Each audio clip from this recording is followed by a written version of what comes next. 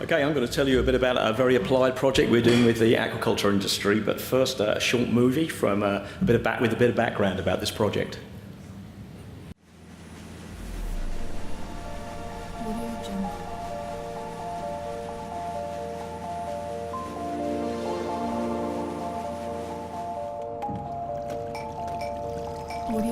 Most people are aware of climate change, and the carbon dioxide that we're putting out from our cars and industry is really driving that. But people are less aware of the fact that once that carbon dioxide gets into the water, into the ocean, it causes it to acidify, so the pH in that water goes down.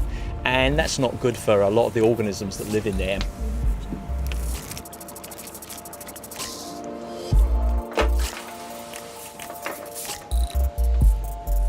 I mean, we're all familiar with seeing these shells lying around the beaches, or at least, when we catch power or mussels, for example, they've got that nice carbonate shell that protects them, but actually as the ocean becomes more acidic, that shell becomes weaker. Yeah, there's the empty line at the back. Yeah, there. the empty, so we'll put the current meter on there.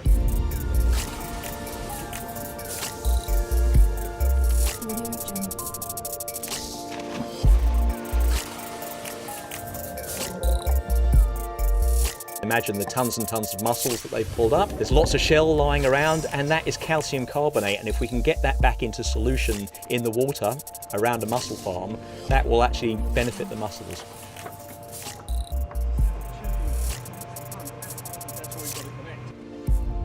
At night, when the carbon dioxide is very high, the air drives it out of the water. And so in other words, we're protecting the mussels at the worst time of day, really.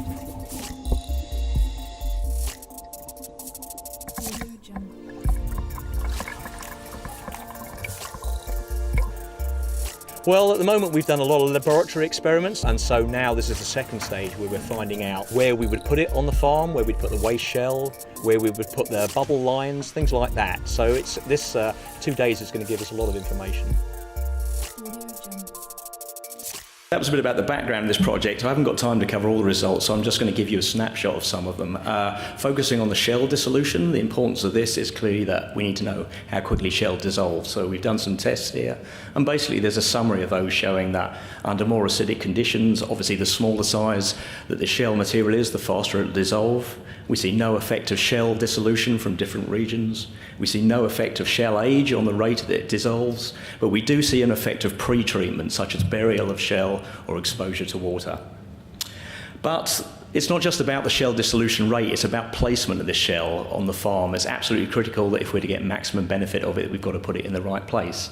Now, the whole thing about shell dissolution is it's determined by the carbonate saturation in the water.